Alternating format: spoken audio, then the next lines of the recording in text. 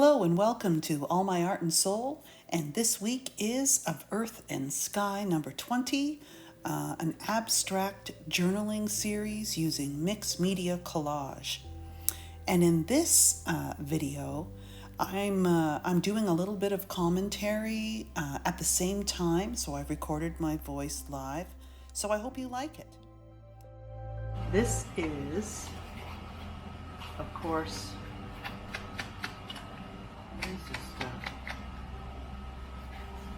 I think it's just copy paper, which I soaked in coffee, instant coffee, because it dissolves better. And you get a different effect according to how long you let it soak. This was the same. Tea is also really cool, and different types of tea for different hues. I haven't done it yet, but I've seen it done. Oh, it's so cool. This is a nice neutral. It's Egyptian hieroglyphics, so I might use that. I hear banging in the background. I don't know what that is. This again is just leftover paint on the palette, which I roll and then put on, and this is newsprint paper. See, when it ages, it really is cool for neutral. And from science, educational science textbooks, older ones, the paper is such, as you can see here, it's such a high gloss and it's thick. I don't know if I'll end up using that, but I selected it. And everything is going to be placed within reach. I'm really liking the blue and the black, the high contrast. Possibly this triangle, I'm not sure. I'm not sure about that. This was just, I think, a colored print. I think I Googled old music. I don't know what the notes are saying, but I would just use a strip, or as you call it musically, a measure or two. I'm not sure. So I'm going to put that way over, but it's still on my other table within reach.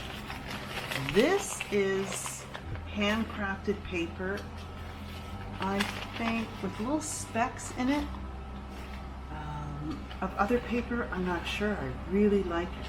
Now, it really absorbs, so I don't know how, it might be partially transparent. We'll have to see. And here we go. This week's tape. Well, this time, I went back to the white, as you can see, and oh geez, already, this doesn't really matter. I dabbed it on my shirt, or whatever cotton, whatever clothing you have, more than one time. So we'll see how that goes. And I just did it a few minutes ago, so it hasn't been sitting here overnight, getting all sticky on the paper. Okay, so this journal, I'm starting to do a lot more per week. Raw umber and golden. Teal, my favorite. Manganese blue because it's so transparent. Quinacridone nickel azo gold. An incredible, also very expensive paint. Then I just use Artist Loft, whatever I think is Titan Buff, and then my go-to yellow oxide. Okay, and of course the Q-tips in an odd number taped to a whatever cylinder you can find. And I think I might try this. It's very smooth. And it's just an old kid's block. I don't know, I found it somewhere. A card for scraping.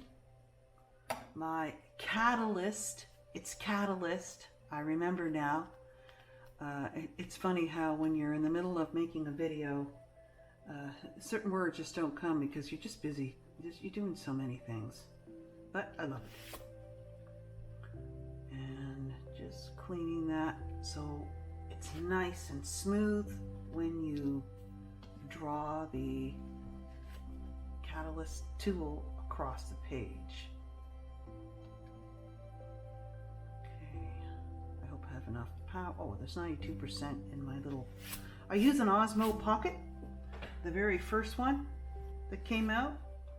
I'm sure one day I'll I'll change, but this has been so cool. And I've got a Manfrotto overhead system that can be adjusted into so many positions, and I really like that one. Does it really matter? Well, maybe. Now that I know, I could have always just used my phone with some kind of attachment, but that's okay.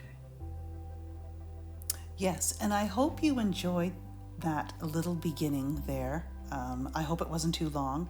And let's get this started already, as the caption says. So as I'm preparing, sometimes during the video, it's taking just a little bit longer to settle in and get into it. As you can see on the left is just some stencils that I grabbed that I use in this video. There's circles, letters, numbers, zigzag lines, and some other ones. I only end up using a few. And as I get my palette ready with the manganese, the manganese blue, the nickel azo, and the other colors that I talked about because they're really transparent, I was thinking of doing a whole bunch of layers the way I started quite a few of my abstracts on canvas. So I thought, well, why don't I try some of those?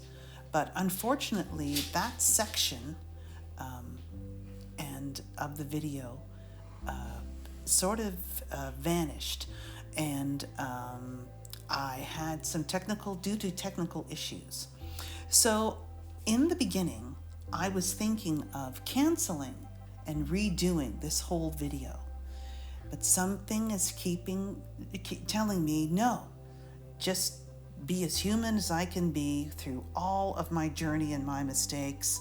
I am not going to hide anything. So let's get on with this page. So I hope you don't mind, and if you do, or if you don't, I'd love to hear from you in the comments.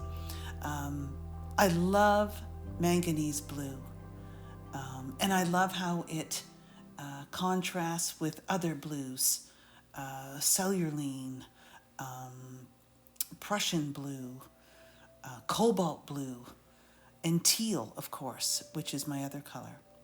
So I'm just using the catalyst wedge, that's what it's called, and I finally made sure I knew that, and that was in my thoughts.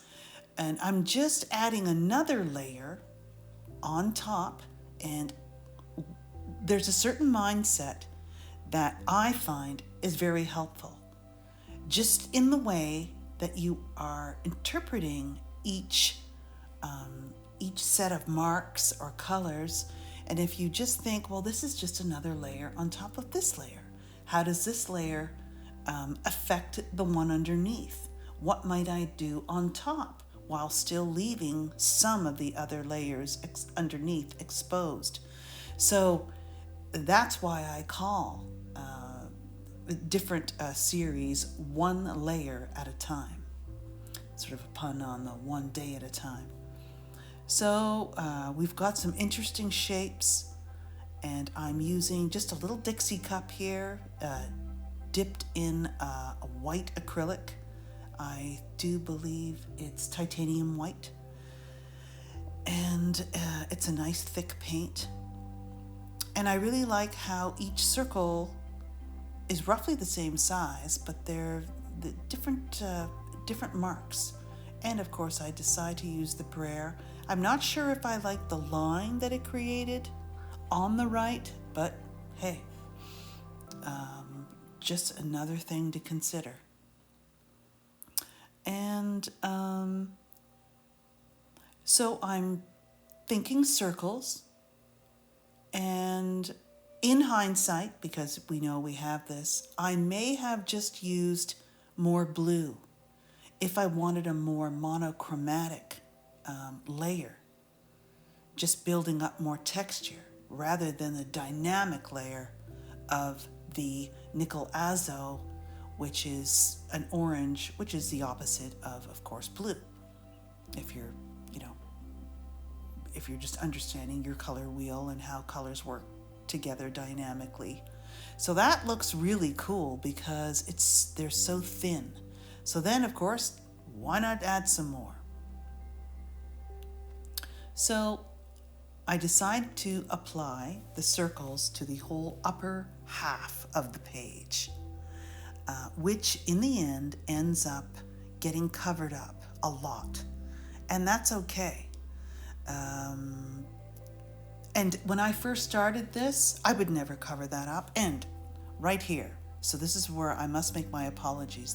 That whole section where I use the letters and the numbers stenciling on the side disappeared.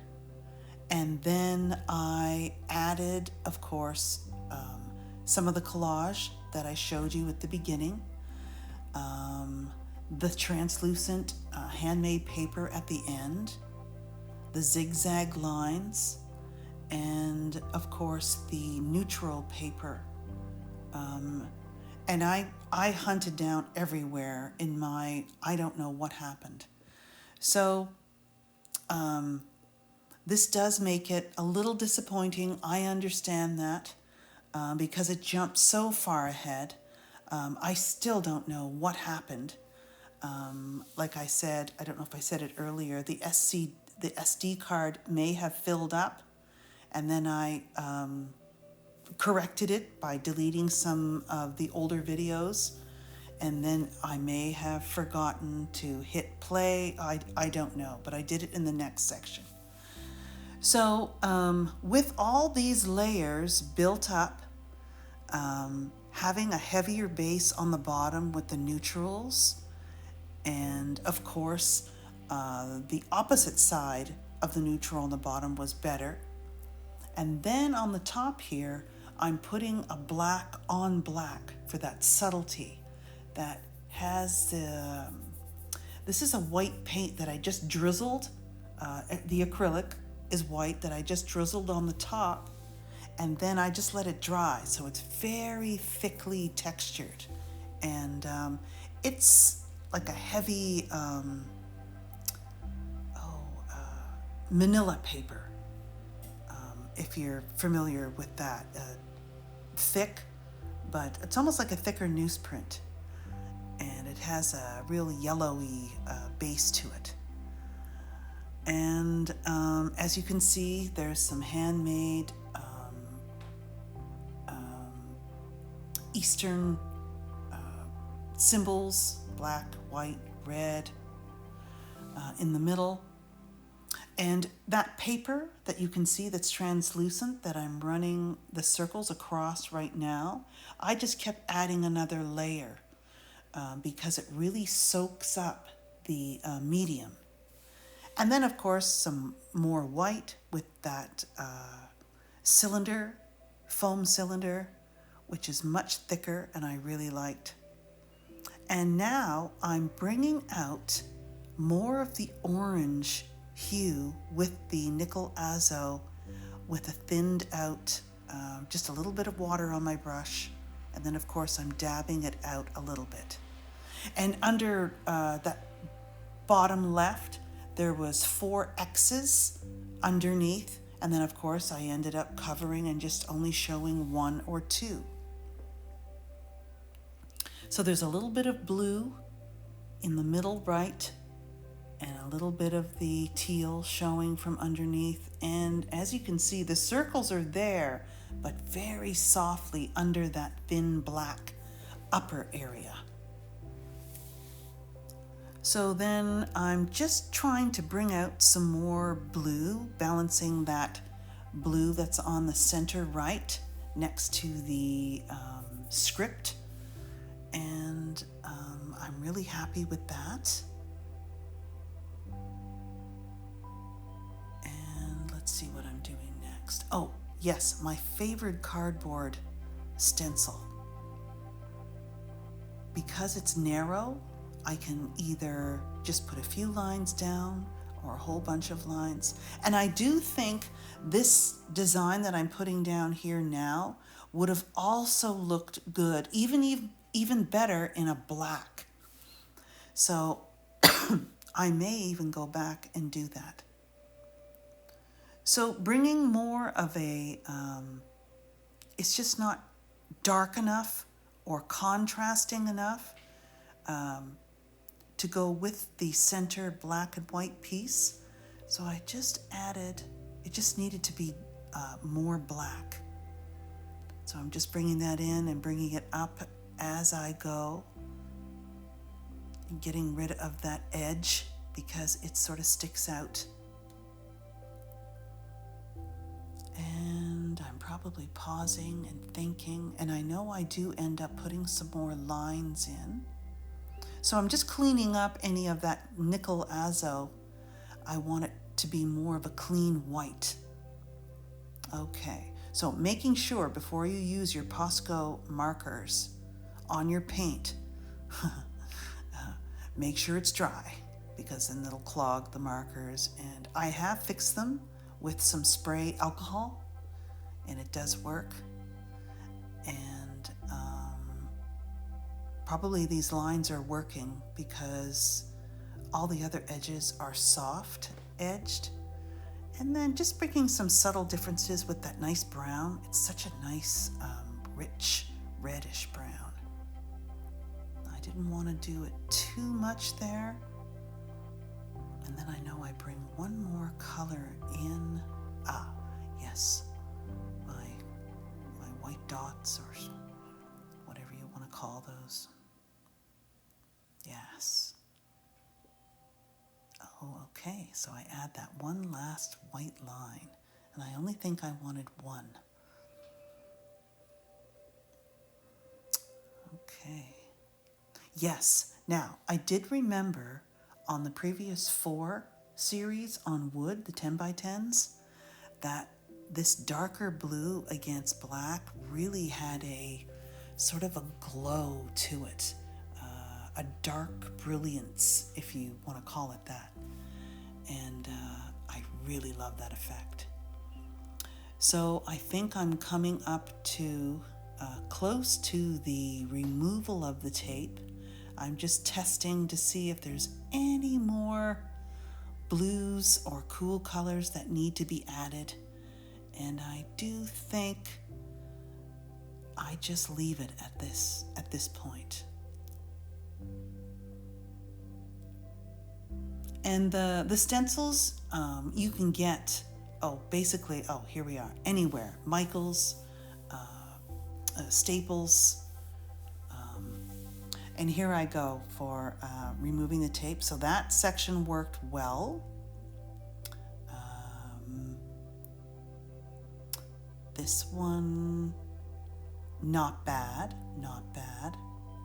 And I do agree with one of my subscribers who suggested I should go around with the inner edge with a knife, so then none of the paper on the inside gets torn.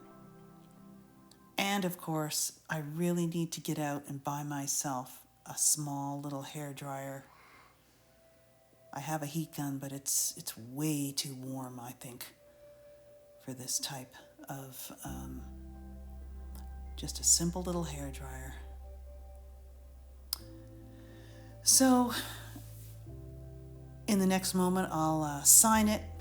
This is Earth and Sky number 20. And I really hope you enjoyed this, even though there was a few little hiccups, but what's life without some hiccups? Yes, and these technical issues happen, and so I will learn from them. But now here is an image that you can look really closely at as it scans across the center part. That was the part that we missed in the video, and see how the layers work well with each other, one on top of another. And that's that paper that really works well. And I hope you like this video, and I will see you in the next one.